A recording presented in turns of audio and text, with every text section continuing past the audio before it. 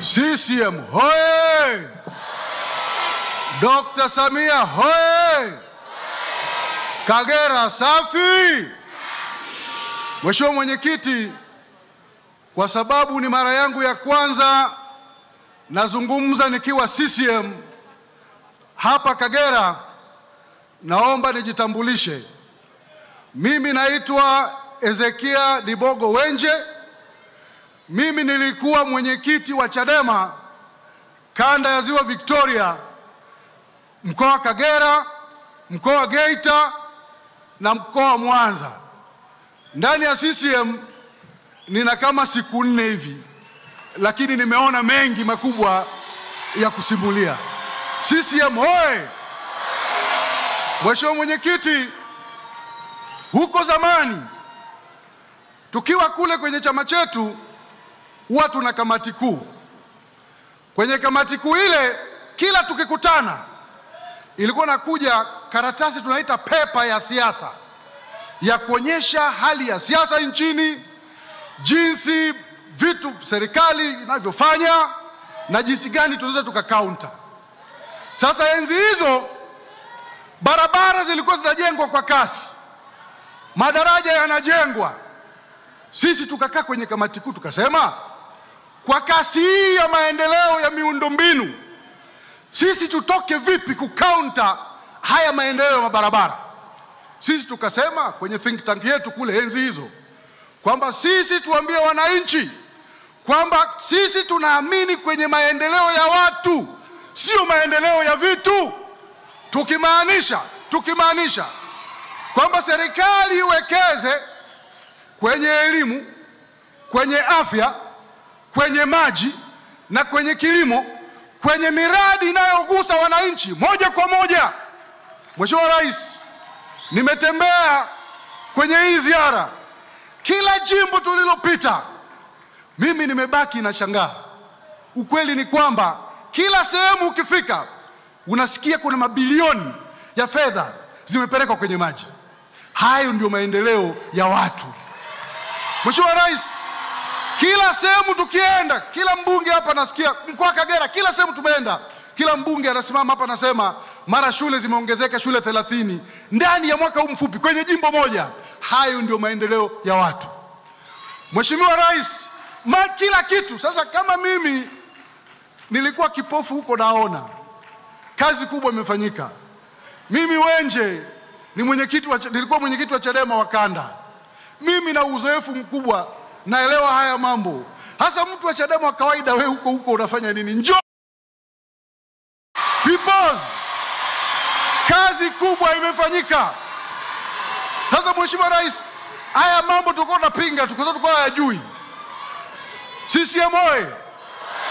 Mheshimiwa Mwenyekiti, sekta binafsi katika kila nchi ni mbia mkubwa sana wa serikali katika kuleta maendeleo, lakini pia kukuza ajira.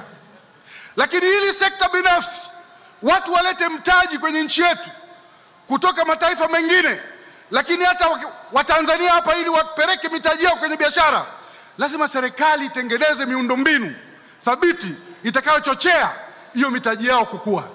Mheshimiwa Rais, nimesikiliza kwenye hii ziara, asubuhi nimeamka nikiwa nasoma mwaka 2021 unaingia madarakani, Kenya ilikuwa inaongoza hapa East Africa kwa kuzalisha umeme. Mheshimiwa Rais, nimesoma leo asubuhi kwamba toka umeingia madarakani, Tanzania hapa uzalishaji wa umeme umeongezeka kwa 152%, 152%. Hii inaleta stability kwenye kukuza viwanda na kutengeneza ajira. Naomba niazime maneno. Kuna mtu yuko huko Chadema anaitwa Charles Odero, huwa na maneno anasema mbele kuna mwanga. Odero, naomba uniruhusu na mimi niazime hayo maneno yako. Mheshimiwa Rais, mbele kuna mwanga, na Watanzania Oktoba tutokeni wote tukatiki. Mheshimiwa Rais, nimesoma tena leo asubuhi toka ulivyoingia madarakani jinsi ambavyo bidhaa tunazosafirisha nje ya nchi, exports kutoka Tanzania, zimeongezeka maradufu. Kwenye kilimo, bajeti ya kilimo imeongezeka almost mara 4. Hekari za kilimo zilizokuwepo huko nyuma kabla hujaingia madarakani yamedouble. Waheshimiwa wa Tanzania, mbele kuna mwanga, Oktoba tukatiki. CCM hoye! Mimi kuna watu wanashangaa kwamba kwa nini Wenje niko CCM. Mimi nawaambieni, na wazungu wanasema ni mtu mpumbavu peke yake ndiye hawezi akabadilisha mawazo hata kama anazama. Mimi nina akili timamu, siwezi kuzama huku naona, lazima nisepe. Na narudia, na nilisema huko nyuma, lengo la chama cha siasa, chama chochote duniani, ni kwenda kupambana kushika dola. Ndio maana vyama vya siasa vimeanzishwa. Na uchaguzi, ndugu zangu, uchaguzi sio tukio la siku moja, ni mchakato, ni process, na ina sheria zake, lazima ufuate. Nchi hii huwezi kupata haki kama wewe huwezi kutimiza wajibu wako, maana wajibu na haki zinaendana kwa pamoja. Sisi moyo. Sasa sisi huko, nilivyosema kwamba uchaguzi ni mchakato, lazima uende muitwe na Tume ya Taifa ya Uchaguzi, mkasaini fomu ya maadili ili muweze kushiriki uchaguzi. Chinua Achebe katika kitabu chake moja aliwahi kusema kwamba ukitaka kujua umenyeshewa kiasi gani na mvua, lazima ukumbuke tone la kwanza lilikupatia wapi. Sisi moyo.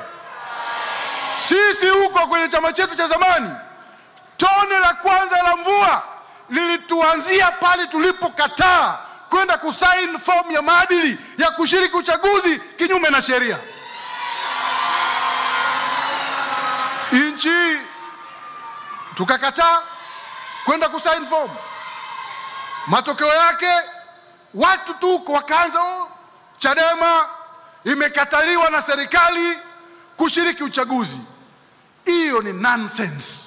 Tulikataa wenyewe. Lazima tuseme ukweli. Na nyie mnakumbuka Dar es Salaam, huu ni mkutano mkubwa, lazima tuseme na dunia isikie na dunia ijue, kwa sababu nilikuwa humo kwenye vikao hivyo vyote. Anayebisha aje aseme. Vikao tulikataa sisi wenyewe. Tukaenda mpaka kwenye baraza kuu, tukaenda mpaka kwenye mkutano mkuu wa chama tarehe 21. Ndio mkutano mkuu ambao ukipitisha kitu maamuzi, hakuna kikao chochote ndani ya chama kinachoweza kubadilisha. Sisi tulienda kule tukasema atushiriki uchaguzi, licha ya kwamba mwaka 2004 kuna marekebisho kadhaa yalifanyika kwenye sheria ya uchaguzi katika taifa letu, na kuna baadhi ya mambo tuliyotaka sisi na tuliandika tukapeleka kwenye task force aliyounda Mheshimiwa Rais, iliyoongozwa na Profesa Mkandala na Ahmad Rashid akawa makamu wake. Sisi tulisema hatuna imani na wakurugenzi wa halmashauri wanaosimamia uchaguzi. Tulisema tunataka watu wengine independent wasimamie uchaguzi. Sheria ikabadilishwa. Leo hakuna mkurugenzi wa halmashauri anasimamia uchaguzi, lakini bado tulikimbia. Tulitaka kwamba mtu hata ukiwa mgombea peke yako mmoja, hakuna kupita bila kupingwa, upigiwe kura ya ndio na hapana. Sheria ikabadilishwa. Leo watu wanapigiwa kura ndio na nini? Hapana. Lakini bado tulikimbia. Tulitaka upatikanaji wa wale wajumbe wa Tume ya Taifa ya Uchaguzi, sio kwamba rais peke yake asimame tu ateue. Leo iliundwa kamati ya usaili inayoongozwa na watu independent, majaji wako hapo, tume ya haki za binadamu, lakini bado tulikimbia. Mimi wa Tanzania nawaambia, hii nchi hii ni kubwa kuliko mtu. Nchi hii ni kubwa kuliko chama chochote cha siasa. Wakati unafika lazima wote tusimame tuseme nchi kwanza. Sasa leo watu tu wanakuja huko wanakuambia eti Oktoba 29 chama chetu hicho cha zamani kimebaki kuwa NGO. Kwa sababu chama kama kishiriki uchaguzi, lengo lake ni nini sasa? So imebaki kuwa NGO, watu wanafanya harakati, chama kinakuwa control na watu ambao wako nje ya nchi. Mtu yuko Marekani, mwingine yuko Sweden, wengine wako Kenya. Kazi yao toka asubuhi mpaka jioni na wana tweet mpaka usiku ni kuchochea vurugu katika nchi yetu. Sisi hapa tunasema hatuna nchi nyingine. This is the only country we have. Sisi ya moyo. Sasa wewe kijana ukiwa hapa, mtu yuko Marekani, yeye anajua anavyopata hela. Wewe anakuambia kwamba sasa wewe nenda ukaandamane, yeye na mke wake na watoto wake na mke wake wao wako huko, wanajua wanavyoishi. Alafu wewe wanakuambia ukaandamane. Hapa Bukoba ni karibu na Uganda. Mnakumbuka story ya Kibwetere? Yule Kibwetere alikuwa ni msichana tu mmoja. Kabla hapo alikuwa anafanya kazi kwenye bar. Akawa mjanja huyo dada. Akatengeneza waumini. Akawaambia mwaka 2000 dunia inaisha, kipindi kile cha millennium. Akakusanya watu wote pale wajinga, wakakaa wanasifu Mungu tu pale kwamba dunia inaisha. 2000 ikaingia, Desemba ikaenda, Januari ikaja, Februari ikaja, mwezi wa 3 unafika, watu wanamuuliza mbona twendi mbinguni? Akaambia kaini humu, Yesu anakuja si muda mrefu. Aliwachoma wote na yeye akasepa. Sasa kama wewe mtu yuko Marekani anakudanganya ukandamane, tofauti yako na yule mfuasi wa Kibwetere ni nini? Na utaangamia. Na hata Biblia inasema watu wangu wanaangamia kwa kukosa nini? Maarifa. Kwa hiyo mimi ndugu zangu nimekuja na nawashukuruni sana. Huu ndio mkutano wangu wa kwanza hapa Bukoba. Zamani nilikuwa nakuja tunafanya mikutano ile midogo kule nikiwa na wale ndugu zangu. Nawashukuruni sana. Wangapi wanachagua wabunge wa CCM? Kura za Dr. Samia Suluhu Hassan naomba nizione. Ndugu zangu wananchi, mbele kuna mwanga. Mheshimiwa Mwenyekiti, nakushukuru sana. Mungu akubariki. Naomba